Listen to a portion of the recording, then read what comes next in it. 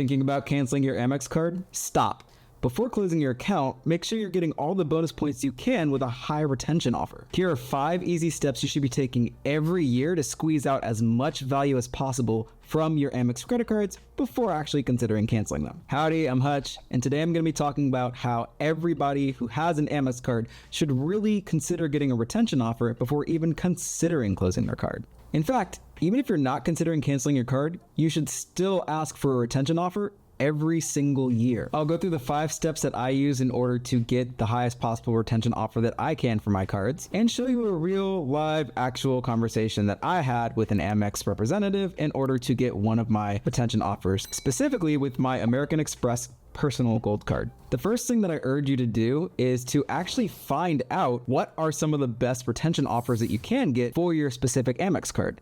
Now, this can be very simply done by just doing a quick Google search. Just type in the name of your card and retention offers, or Amex highest retention offers. It gives different data points of highest retention offers on specific cards that people have seen. If we just take a look at current 2024 offerings that we're seeing for the American Express Gold Card, for example, one of the highest ones is a 30,000 membership reward bonus points when you spend $3,000 in 3 months. Step 2, do some basic math.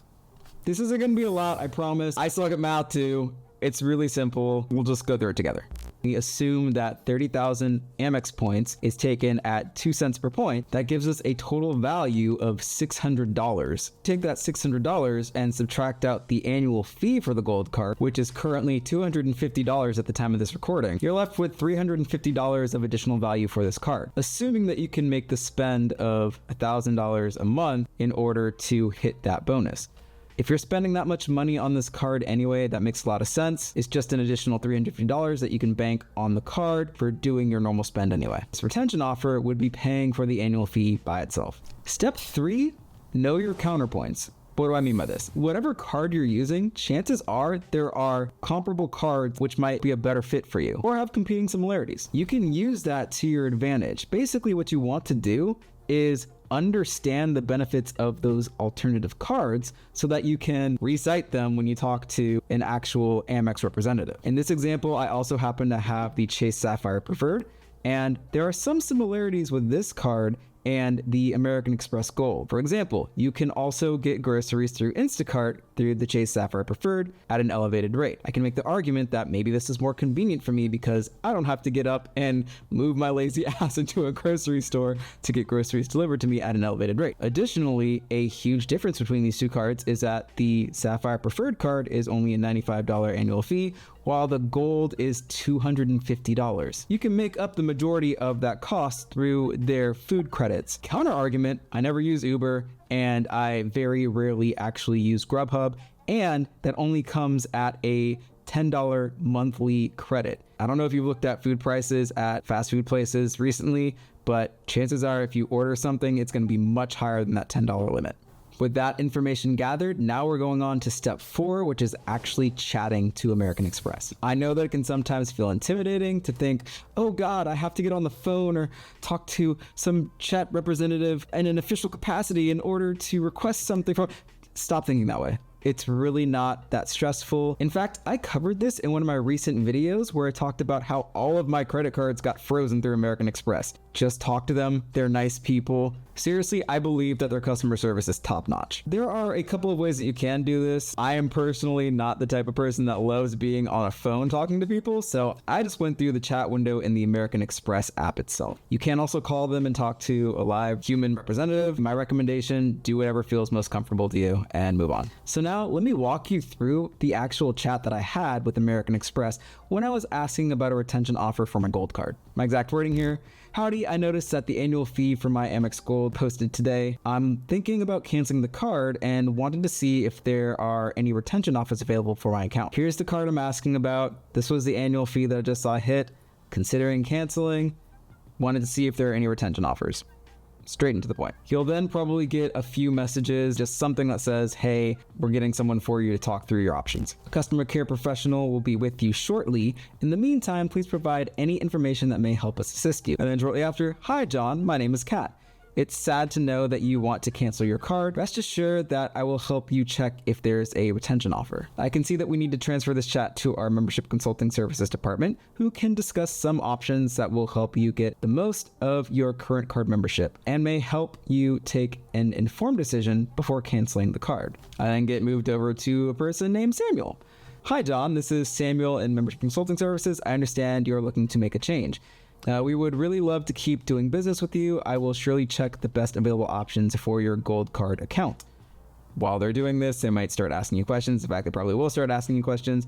May I know how you're paying for day-to-day purchases like U.S. supermarket and restaurants these days? Note that they're subtly asking you questions about a benefit that they know that the gold card in this example provides.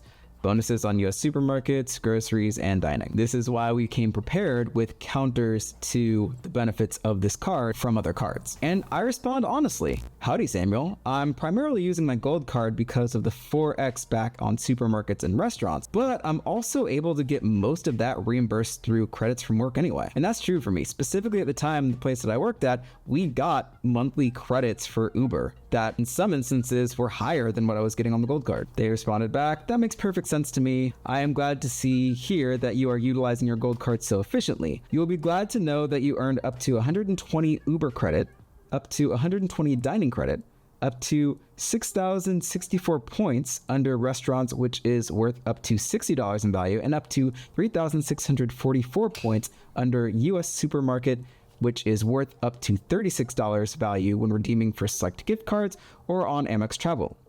You earn the total value up to $340 via card features in the last 12 months. So basically they're just reciting what is your actual spend on the card. And then they gave an example. Let's say if you only spend $500 for grocery shopping at US supermarkets every month and $100 at global restaurants, this card can easily earn you up to 28,000 points annually.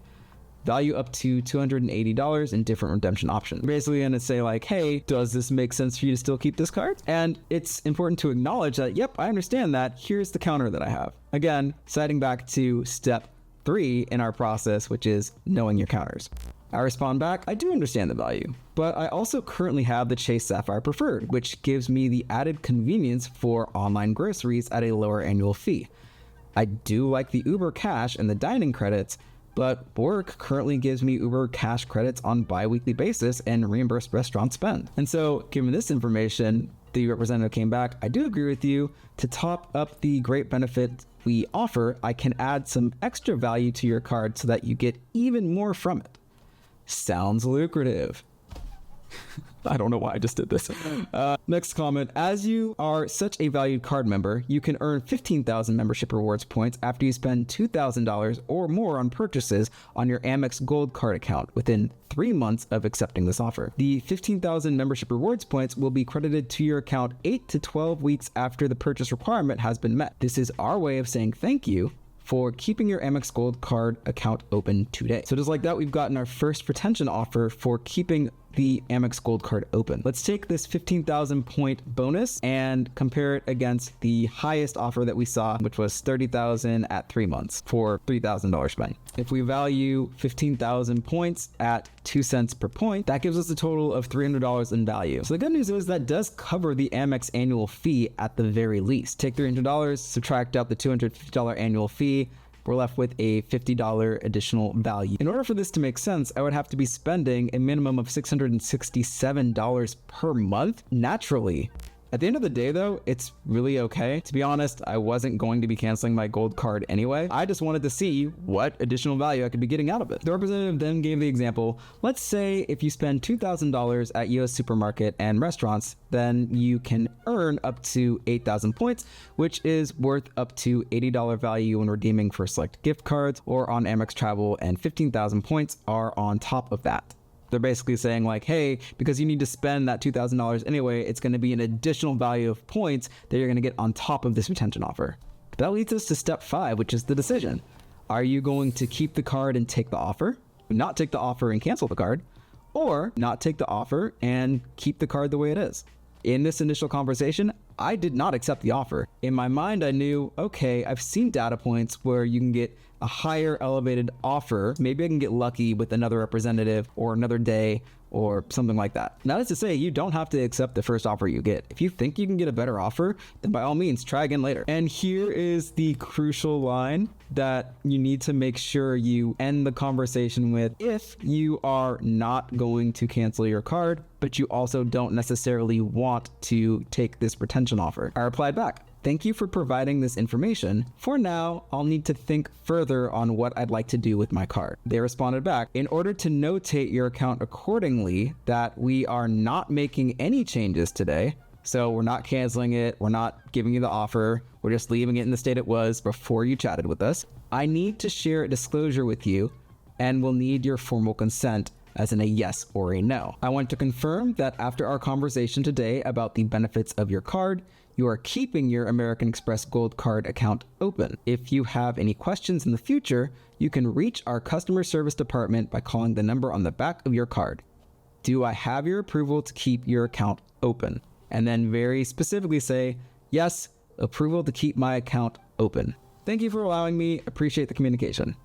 So that was the first conversation that I had with American Express about getting a retention offer. I don't have the actual chat logs for the second attempt that I did, but what I will state is when I did try for a different retention offer on the same card, they very much saw that they had already offered me a previous retention offer. And I thought at that point, okay, well, I don't think I'm going to get something better, so I'm going to actually take it. I've also heard stories where people have gotten an initial offer, declined it, but kept their card open, and then tried again a couple of days later and gotten a higher offer, sometimes a lower offer. So your mileage may vary here. Whatever your decision, congratulations. You just got through asking for your first retention offer through American Express. And hey, it wasn't that big of a deal, was it? I cannot stress this enough. This is such an easy way to get additional value out of your American Express cards on a yearly basis. And you can check out these videos next to see how I maximize that bonus value on a daily basis. That's it for me. Hope you found this video useful, and hey, thanks for hanging out.